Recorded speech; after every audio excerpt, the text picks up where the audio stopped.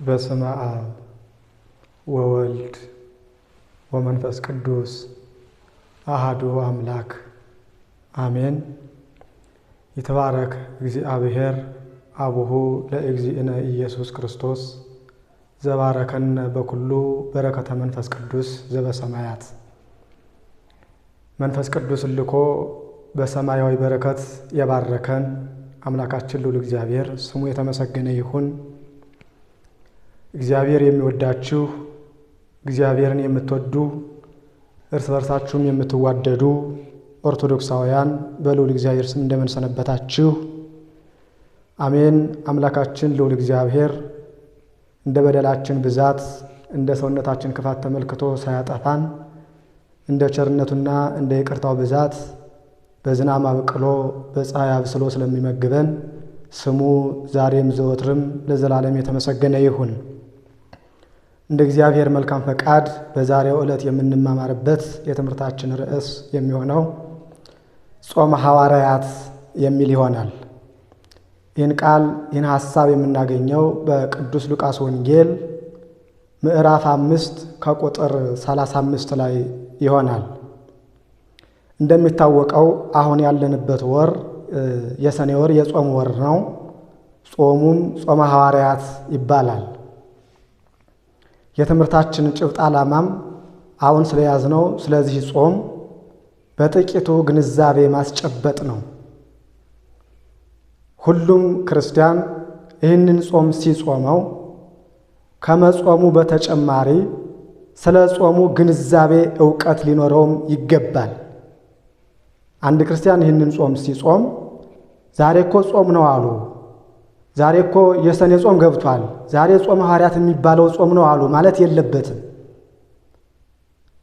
ጾሙ ጾመ ሐዋርያት መባሉን ከማወቅ በተጨማሪ ሐዋርያት መቼ፣ ለምን፣ እንዴት እንደ ጾሙት ጥንተ ነገሩን ከስሩ ከመሰረቱ በደንብ መረዳት ጭምር አለበት እያንዳንዱ ኦርቶዶክሳዊ ማለት ነው።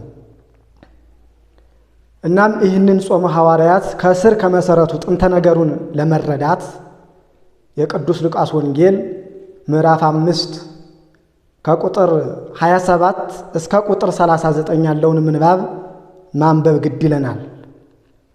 ከምንባቡ እንደምንረዳው የቅዱስ ሉቃስ ወንጌል ምዕራፍ 5 ላይ እንደምናገኘው ከ27 ጀምረን እስከ 39 ጥንተ ነገሩ ጉዳዩ እንዲህ ነው። ጌታችን መድኃኒታችን ኢየሱስ ክርስቶስ ሐዋርያትን ለወንጌል በሚሰበስብበት በሚጠራበት ወቅት ከ12ቱ ሐዋርያት መካከል አንዱ የሆነው ቅዱስ ማቴዎስ በተጠራ ጊዜ ከቅዱስ ማቴዎስ ቀድመው ለተጠሩት ደቀ መዛሙርትና ለክርስቶስ ማቴዎስ ግብዣ አድርጎ ነበር፣ የምሳ ግብዣ። በዚያ የምሳ ግብዣ ላይም ክርስቶስና የተጠሩት ደቀ መዛሙርት ተገኝተዋል።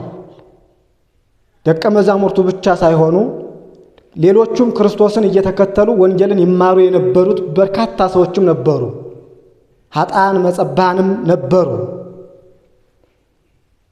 ከምሳው ላይ ማለት ነው። ያን ጊዜ በክርስቶስ ትምህርት በክርስቶስ ተአምራት ሁልጊዜም የማይደሰቱት ጸሐፍት ፈሪሳውያን በደቀ መዛሙርቱ ላይ አጉረማረሙ፣ ጥያቄ አነሱ። ቀርበው እንዲህ አሏቸው ደቀ መዛሙርቱን፣ ለምን ትትበልዑ ምስለ ኃጥአን ወመጸባሃን? ከኃጥአን ከመጸባሃን ጋር ለምን ትበላላችሁ? ለምን ትጠጣላችሁ? አረ እናንተስ ተውት፣ መቼም አላዋቆች ናችሁ። አዋቂ ነኝ የሚለው ያ መምህራችሁ ለምን ትበልዕ ሊቅክሙ ምስለ መጸባሃን ወኃጥአን? ከኃጢአተኞች ጋር ለምን ይበላል? ብለው ጸሐፍት ፈሪሳውያን ለሐዋርያት ጥያቄ ጠየቋቸው፣ አቀረቡላቸው። ያን ጊዜ ክርስቶስ ለዚህ ጥያቄ ምላሽ ሰጠ። ሲመልሱም እንዲህ ነው ያላቸው፣ ሕሙማን ይፈቅድዎ ለዐቃቤ ሥራይ ወአኮ ጥዑያን። ባለመድኃኒትን ሕመምተኞች እንጂ ጤነኞች አይፈልጉትም። ኢመጻእኩ እጸውዕ ጻድቃነ አላ ኃጥአነ ለንስሐ።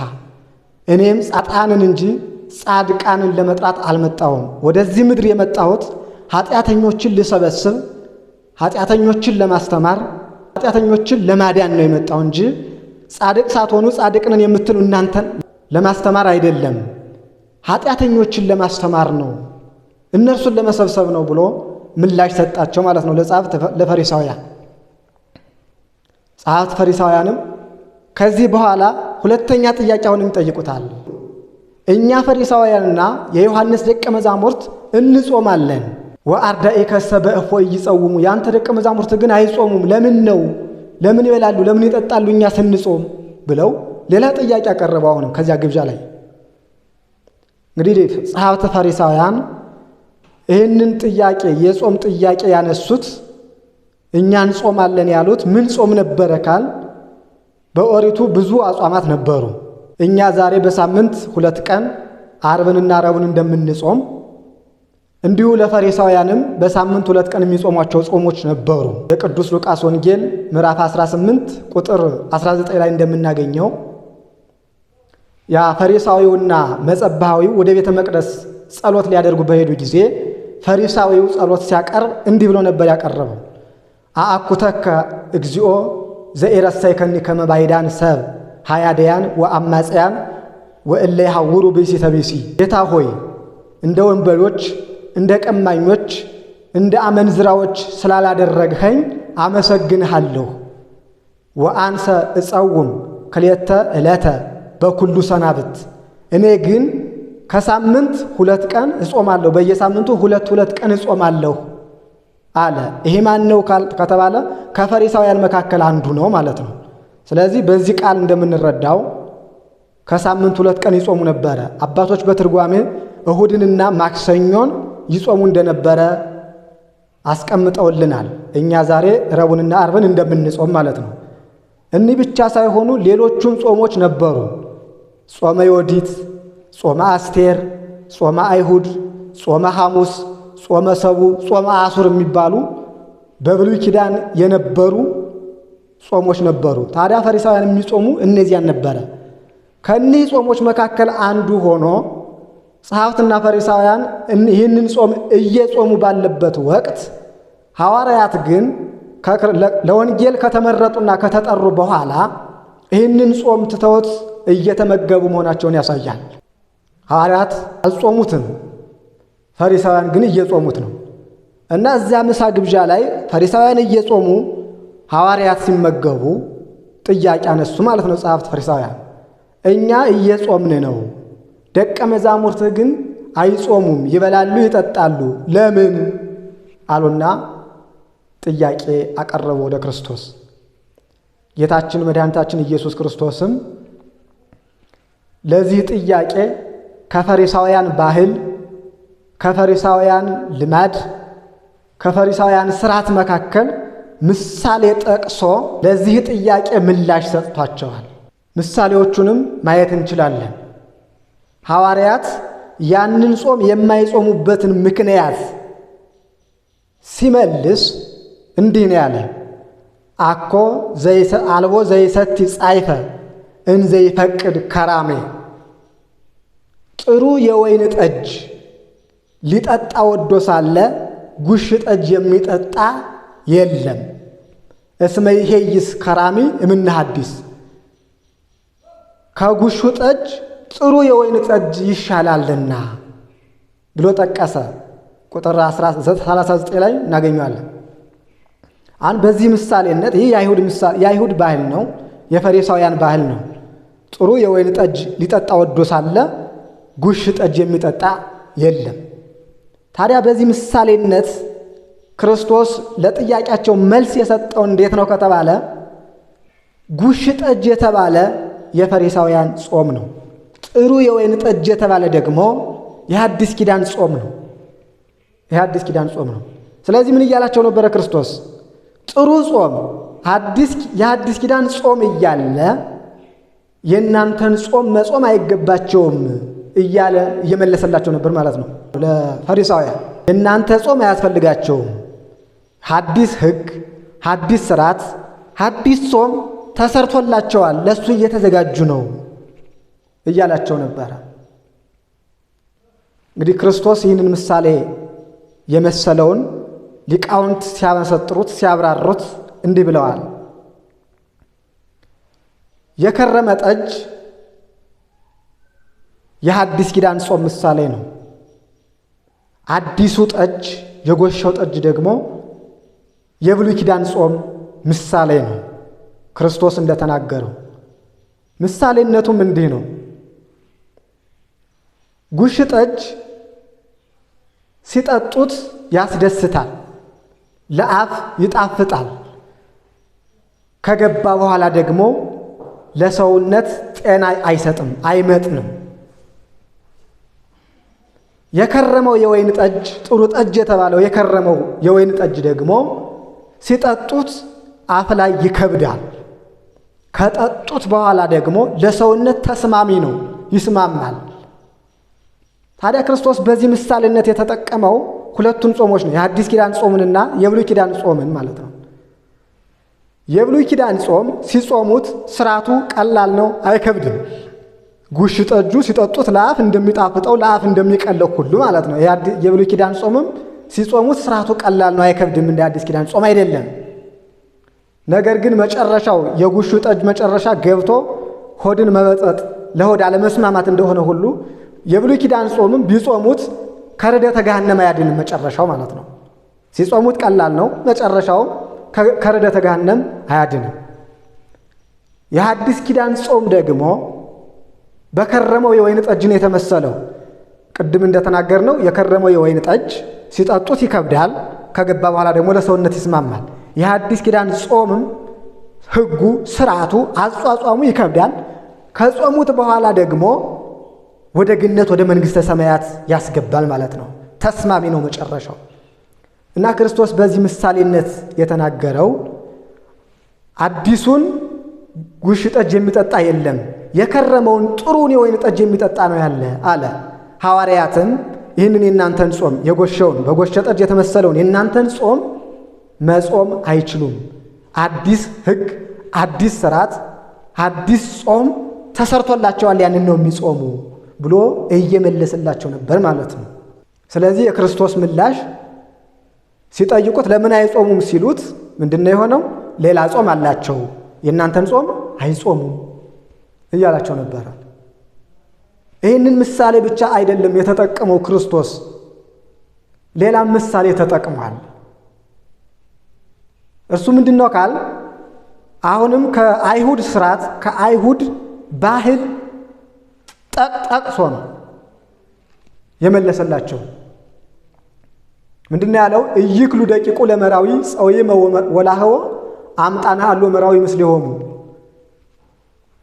የሙሽራው ሚዜዎች ሙሽራው ከነሱ ጋር ሳለ መጾም አይገባቸውም።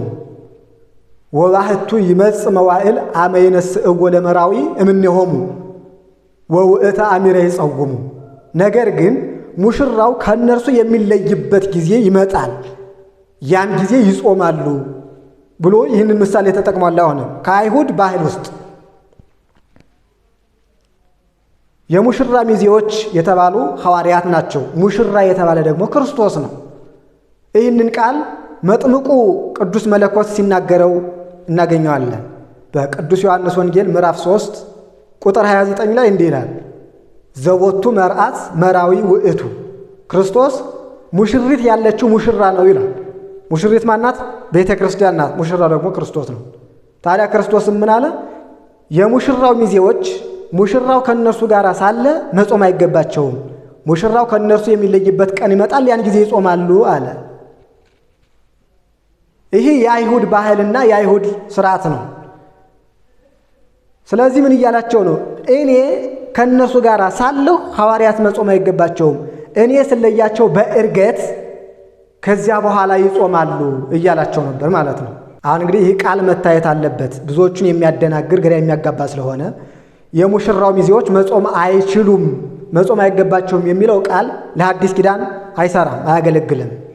በብሉይ ኪዳን በአይሁድ ሕግ በአይሁድ ስርዓት የነበረ ሕግ ነው። የሙሽራ ሚዜዎች አይጾሙ።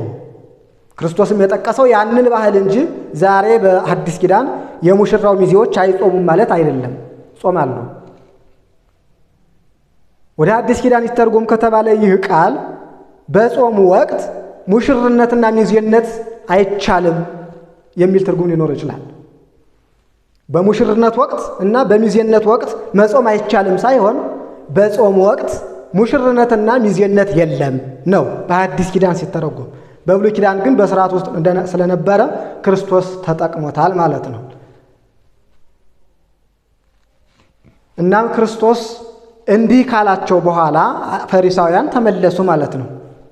እንግዲህ የጾመ ሐዋርያት ዛሬ እየጾም ነው ያለነው የጾመ ሐዋርያት ጥንቱ መሰረቱ እዚህ ወንጌል ውስጥ እዚህ ቃል ላይ ነው ማለት ነው። ሐዋርያትም ክርስቶስ ካረገ በኋላ በዚህ ቃል መሰረት ይህንን ጾም ጾመውታል። ሲጾሙም ስለ 4 ነገር ነው የጾሙት። ቅድም ያልኩት እዚህ ላይ ነው። አንድ ክርስቲያን ይህንን ጾም ሲጾም ዛሬ ጾም ነው አሉ እኮ ጾመ ሐዋርያት የሚባለው ነው አሉ ማለት ብቻ ሳይሆን ሐዋርያት ለምን መቼ እንዴት እንደጾሙ ጠንቅቆ ማወቅ አለበት ያልኩት ይህንን ነው ማለት ነው። ስለዚህ ሐዋርያት ይህንን ጾም ሲጾሙ ስለ 4 ነገር ጾመውታል። አንደኛው አሁን ከቅዱስ ሉቃስ ወንጌል ላይ እንደተረዳ ነው የክርስቶስን ትእዛዝ ለመፈጸም ነው። የክርስቶስን ትእዛዝ ለመፈጸም ይህም ማለት ነው ቃሉን እንዳየነው ለፈሪሳውያን ሲመልስላቸው ምንድን ነበር ያላቸው? ሙሽራው የሚለይበት ቀን ይመጣል ከዚያ በኋላ ይጾማሉ ብሎ ነበር የመለሰላቸው። ታዲያ ይህ ቃል ለፈሪሳውያን ምላሽ ሲሆን ለሐዋርያት ደግሞ ትእዛዝ ነበረ ማለት ነው። ክርስቶስ ከተለያቸው በኋላ መጾም እንዳለባቸው እየነገራቸው ነበር ለሐዋርያት በጎኑ።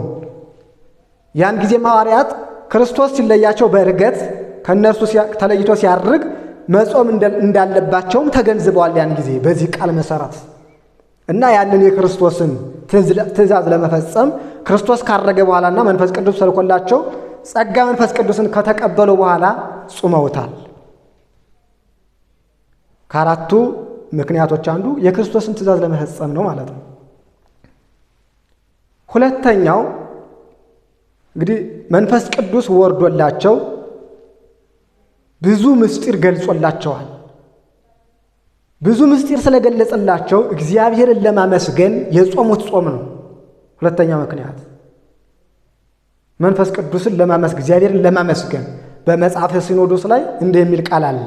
ወአይኮትዎ ለእግዚአብሔር በእንተ ዘአለበወሙ ምስጢር ስለገለጸላቸው ብዙ ዕውቀትና ጥበብ ስላሳወቃቸው እግዚአብሔርን አመሰገኑት ካለ በኋላ ወጾሙ 40 ዕለተ ለአኮቴተ ዚአሁ እርሱን ለማመስገንም 40 ቀን ጾሙ ይለናል መጽሐፈ ሲኖዶስ ዘሐዋርያት። ስለዚህ መንፈስ ቅዱስ ወርዶ ብዙ ምስጢርና ጥበብ ስለገለጸላቸው እግዚአብሔርን ለማመስገን የጾሙት ጾም ነው ሁለተኛው ምክንያት። ሶስተኛው ሐዋርያት ይህንን ጾም የጾሙበት ምክንያት ክርስቶስን ለመምሰል ነው። ክርስቶስን ለመምሰል ጾመውታል። ክርስቶስን በዚህ ጾም እንዴት ነው የመሰሉት ከተባለ ወደ ኋላ መለስ ብለን ስንመለከት እንግዲህ ክርስቶስ በ30 ዘመኑ በእደ ዮሐንስ በፈለገ ዮርዳኖስ ተጠምቋል። ሲጠመቅ አብ በደመና ሆኖ ዝንቱ ውእቱ ወልዴ ዘአፈቅር የምወደው ልጄ ይህ ነው ብሏል። መንፈስ ቅዱስም በአምሳለ ርግብ ወርዶ ከራሱ ላይ ተቀምጧል ከክርስቶስ ራስ ላይ። ያን ጊዜ የክርስቶስ የባህሪ ልጅነቱ ተመሰከረለት፣ ተገለጠ ማለት ነው። ከዚያ በኋላ ክርስቶስ ዕለቱን ጥር 11 ቀን ሳይውል ሳያድር ወደ ገዳመ ቆሮንቶስ ገብቶ 40 መዓልት 40 ሌሊት ጾመ። መዋዕለ ጾሙ ሲፈጸም ከገዳመ ቆሮንቶስ ወጥቶ እየተዘዋወረ የመንግሥተ ሰማያትን ወንጌል መስበክ ጀመረ ማለት ነው ክርስቶስ። ታዲያ ሐዋርያትም ልክ በዚህ መስመር በዚህ መንገድ ነው የሄዱት። ክርስቶስ መንፈስ ቅዱስ ወርዶ የባህሪ ልጅነቱን ከመሰከረለት በኋላ ቀጥታ ወደ ጾም እንደገባ ሐዋርያትም በ50ኛው ቀን መንፈስ ቅዱስ ወርዶ ብዙ ጸጋ ብዙ ምስጢር ከገለጸላቸው በኋላ እንደ ክርስቶስ ቀጥታ ወደ ጾም ገቡ ማለት ነው። ወደ ጾም ገቡ ከማስተማራቸው በፊት። ከጾሙ በኋላ ክርስቶስ ለስብከት እንደወጣ እነሱም ለስብከት ወጡ። በፍትሐ ነገሥት አንቀጽ 15 ላይ እንዲህ የሚል ቃል አለ። ወእግዚእነሂ ጾመ እምድኅረ ርደተ መንፈስ ቅዱስ ላዕሌሁ እምቅድመ ይንግሮሙ ለሕዝብ ሕገ ዚአሁ። ክርስቶስ መንፈስ ቅዱስ ከወረደ በኋላ ለሕዝቡ ወንጌልን ከማስተማሩ በፊት ጾመ አለ። እንዲህ ካለ በኋላ ወከማሁ ጾሙ ሐዋርያትኒ ሶበ ወረደ ላዕሌሁ መንፈስ ቅዱስ በ50 ዕለት እምቅድመ ተናብቦቶሙ ለሕዝብ በሕግ መሲሐዊት። ሐዋርያትም መንፈስ ቅዱስ ከወረደላቸውና ብዙ ምስጢር ከገለጸላቸው በኋላ ለሕዝቡ ወንጌልን ከማስተማራቸው በፊት ጾሙ አለ። ስለዚህ በዚህ ጾም ክርስቶስን የመሰሉበት ጾም ነው ይህ ጾም። ሶስተኛው ምክንያታቸው ይህ ነው፣ ሐዋርያት ይህንን ጾም ሲጾሙ። አራተኛው ሐዋርያት ዓለምን ተዛውረው የሚያስተምሩ ናቸውና የሚሰብኩ ናቸውና ይህንን ታላቅ አገልግሎት በጾም በሱባኤ መጀመር ይገባል ብለው እግዚአብሔር ከእነሱ ጋር እንዲሆን በሄዱበት ሁሉ እንዳይለያቸው ሱባኤ ገብተው የለመኑበት ጾም ነው። ስራን ሁሉ በሱባኤ በጾም በጸሎት መጀመር ይገባል ሲሉ እነሱ ይህንን አድርገዋል። አራተኛ ይህ ነው፣ ሐዋርያት ይህንን ጾም የጾሙበት ምክንያት ማለት ነው። ታዲያ ይህንን ጾም ሰለስቱ ምዕት ቀኖና ቤተ ክርስቲያንን ሲወስኑ ከሰባቱ አጽዋማት መካከል አንዱ እንዲሆንና እንዲጾም ወስነዋል ማለት ነው። ሁሉም ሕዝበ ክርስቲያን እንዲጾመው ወስነዋል በፍትሐ ነገሥት። ነገር ግን አሁን ላይ የሚታዩት አንዳንድ ነገሮች አሉ ከምዕመናን በዚህ ጾም ላይ ምንድነው የሚባለው? አንዳንድ በተለይ ወጣቱ ኦርቶዶክሳዊ ህብረተሰብ ወጣቱ ይህ ጾም የቄስ ጾም ነው የሚል አመለካከት አለው። የቄስ ጾም አይደለም፣ የሕዝብም የምዕመንም ጥምር እንጂ። ካህናት፣ ቀሳውስት አንደኛ ስለ ራሳቸው ነፍስ፣ ሁለተኛ ስለ ንስሐ ልጆቻቸውን ነፍስ የሚያስቡና የሚጨነቁ ስለሆኑ ከምዕመናን በበለጠ መልኩ ሊጾሙ፣ ሊጸልዩ፣ ሊሰግዱ፣ እግዚአብሔር ሊለምኑ ይገባል። ይህ የታወቀ ነው። ስለ ሕዝቡም ስለ ራሳቸውም ነፍስ ስለሚያስቡ የበለጠ ሊጾሙ ይገባል፣ በመጽሐፍም ተጽፏል። ነገር ግን ከሰባቱ አጽዋማት መካከል ይህ የቄስ ነው፣ ይህ የሕዝብ ነው፣ የምዕመን ነው የሚል ጾም የለም፣ የወጣቱ አመለካከት እንጂ። ሁሉም ሰባቱ አጽዋማት የማንኛውም ኦርቶዶክሳዊ ምዕመንም ይሁን ካህን ከ7 ዓመት በኋላ እንዲጾማቸው የታዘዙ ጾሞች ናቸው እንጂ ይህ ጾም ተለይቶ የቄስ ጾም ነው የሚባል ሕግ የለም በቤተ ክርስቲያን። ሰለስቱ ምዕትም በአንቀጽ 15 ላይ ፍትሐ ነገሥት አንቀጽ 15 ላይ የአጽዋማትን ነገር በተናገሩበት አንቀጽ ማለት ነው ከላይ እንዲያል ወዘተ አዘዘ ለኩሉ ክርስቲያን፣ ለሁሉም ክርስቲያን የታዘዘው የተሰራው ጾም ይህ ነው አሉና አጽዋማቱን ዘረዘሩ። ሰባቱንም አስቀመጡ ማለት ነው። መጨረሻ ላይ ደግሞ ምን አሉ? ወለእሉ አጽዋም ጾምዎሙ ኩሉ ሕዝብ ምስለ ሁልቁ እምሊቃነ ጳጳሳት፣ እኒህን ጾሞች ሕዝቡም ሊቃነ ጳጳሳቱን በአንድነት ጾመዋቸዋል አሉ። የትኞቹን? ሰባቱን። ከሰባቱ መካከል አንዱ ይህ ጾም ሐዋርያት ነው ማለት ነው። የሰኔ ጾም ሐዋርያት ነው። ስለዚህ ይህ ጾም የቄስ ጾም ነው የሚለው የወጣቱ አመለካከት ተቀባይነት የሌለው ነው ማለት ነው። እና ሁሉም ጾም ነው? ሁሉም ምዕመን፣ ሁሉም ወጣት ሊጾመው የሚገባ ጾም ተደርጎ ተሰርቷል። ከሰባቱ አጽዋማት መካከል አንዱ ሆኗል ማለት ነው በቀኖና ቤተ ክርስቲያን። እናም ይህ ጾም ከሰባቱ አጽዋማት መካከል አንዱ ሲሆን ከሰባቱ አጽዋማት የሚለይበት ከስድስቱ የሚለይበት አንድ ጉዳይ አለ። እርሱ ምንድነው ካላችሁኝ እንየው። ስድስቱ አጽዋማት ሲጾሙ ቀናቸው ውስን ነው፣ የታወቀ ነው። የታወቀ ይህ ማለት ነው። ለምሳሌ ከጾመ ማርያም ነሐሴ ላይ ከሚጾሙ ከጾመ ማርያም ብንጀምር ጾመ ማርያም 2 ሱባኤ ነው ወይም 2 ሳምንት ነው የሚጾመው። ይሄ ቋሚ ነው፣ በየዓመቱ የማይለወጥ 2 ሱባኤ ማለት ነው። አንድ 4 ሱባኤ አንድ 5 ሱባኤ አይሆንም፣ ቋሚ 2 ሱባኤ 2 ሳምንት። ወዲያም ታኅሳስ ላይ የሚጾመው ከልደት በፊት የሚጾመው ጾመ ነቢያትም 6 ሱባኤ ነው። ይህም ቋሚ ነው፣ በየዓመቱ አይለወጥም። አንድ ጊዜ 5 ሳምንት፣ አንድ ጊዜ 4 ሳምንት፣ አንድ ጊዜ 3፣ አንድ ጊዜ 8 አይሆንም። ሁልጊዜም በየዓመቱ 6 ሳምንት ይጾማል። ጾመ ሐዋርያት 6 ሳምንት ነው። ጾመ ገሃድም እንዲሁ የጥምቀት የገሃድ ጾም አንድ ነው። ዋዜማው አንድ ጊዜ 5 አንድ ጊዜ 6 የሚሆንበት ጉዳይ የለውም፣ አንድ ቀን ነው። ጾመ ነነዌም 3 ቀን ናት። አንድ ጊዜ 4፣ 5፣ 6 የምትወጣበት ነገር የለም። በየዓመቱ 3 ቀን ናት ጾመ ነነዌ። የጌታን ጾም አብይ ጾምንም ስናየው በየዓመቱ 8 ሳምንት ይጾማል። ቋሚ ነው ይሄ። በአንደኛው ዓመት 9 ሳምንት፣ በአንደኛው ዓመት 6 ሳምንት፣ በአንደኛው ዓመት 5 ሳምንት አይሆንም። በየዓመቱ ቋሚ ነው፣ 8 ሳምንት ነው።